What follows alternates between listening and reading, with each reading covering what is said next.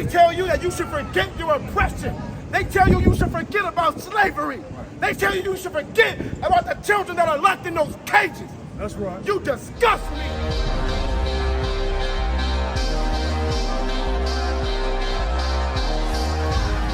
All right, Shalom, Israel. I want to ask for everybody's attention, just a moment of your time. You see what I'm saying? We want to do something very special.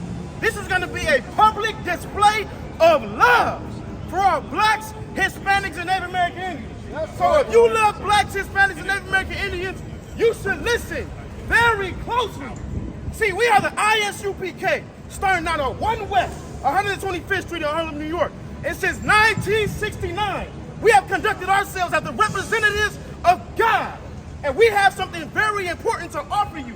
We have the cheat code to you unlocking your full potential, black man, Hispanic man, Native American man. You know what you have to do? Step 1 is understanding this, that the white man, woman, and child is the damn devil. That's right. The Bible speaks of.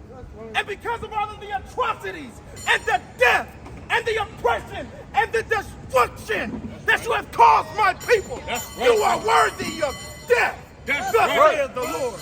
You deserve death. That's right. Want to know why? Because your protectors, your officers, believe that Sonia Massey was worthy of death. So guess what? The Lord is going to bring you death. That's right. But guess what, black, Hispanic man, and Native American man? There's something very important that you have to do. You see what I'm saying? Give me the book of Zephaniah, chapter 2 and verse 1. Because since we have lived here in America, our oppressors have been doing everything that they can to not only keep us down, but drive a wedge between us. But guess what? Because our ancestors followed God, they were able to leave us messages. They were able to leave us history. They were able to leave us the answer to dealing with these wicked people. That's right. Go ahead and read that for me nice and loud. This is the book of Zephaniah, chapter 2 and verse 1. If you didn't hear him, he said this is the book of Zephaniah, chapter 2 and verse 1. This is the same Bible that has sat on your grandmother's nightstand for all of those years that you so reluctantly ignored. Now is the day that you should go home and you should dust off that holy book. And you should take it up and you should listen to it. Because the answer to your salvation lies in these scriptures. Black man, go ahead and read that nice and loud. Gather yourselves together. Do what? Gather yourselves together. Who is? Go ahead. Ye gather together, O nation not desired. You have to gather yourselves together.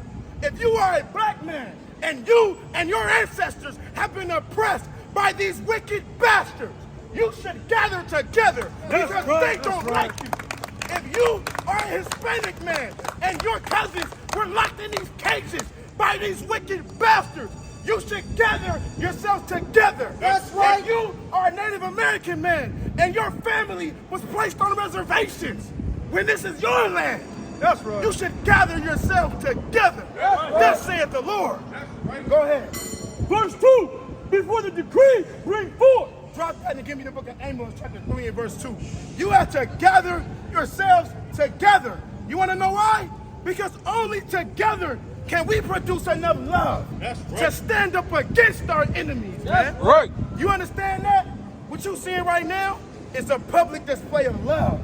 Look at the impossible. Look at blacks and Hispanics and natives all gathered in one place, not conflicting with one another. No, we're going to conflict against you because you killed my ancestors. Read that nice and loud. This is the book of Amos, chapter 3 and verse number 1. This is the message that God has for you. Oh, people that are not desired. Keep reading. Hear this word that the Lord has spoken against you, Go ahead. O children of Israel. Oh, who? O children of Israel. Go ahead. Against the whole family which I have brought up from the land of Egypt. Go ahead. Saying, you only. You have, who? You only. You who? You only. The Lord said, you only. Have I known of all the families of the earth. The Lord said, out of all the families of the earth. Guess what, black man? Guess what, Hispanic man? Guess what, Native man? God right here in the Bible, in the book of Amos, chapter 3 and verse 2, said, you only have I known. Right. By all the families of the earth, man. You know what we have to do because God has only known us? Because God has always shown loyalty to us. We have to show loyalty to him. You understand that? put in holy text thousands of years ago that he would never turn his back on us. We have to turn back to our culture and not turn his back on him. Our enemies want us to put this Bible away. Our enemies want us to not follow the laws of God. Because if you're not following the laws of God, what are you doing? You're serving the damn devil. And drop that and give me the book of Deuteronomy chapter 32 and verse 7, man. You see what I'm saying? They will have you believe that our ancestors are not important. They tell you that you should forget your oppression. They tell you you should forget about slavery.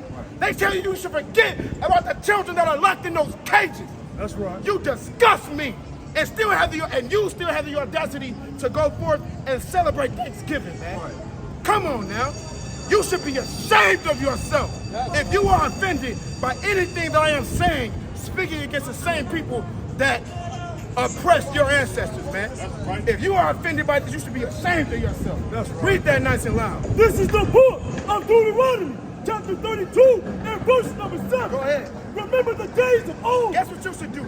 The Bible is telling you, in all its wisdom and in all of its glory, you should remember the days of old, man. Right. Don't ever forget about slavery. That's right. Don't ever forget about what they did to your great-grandmother, man. That's right. Keep reading.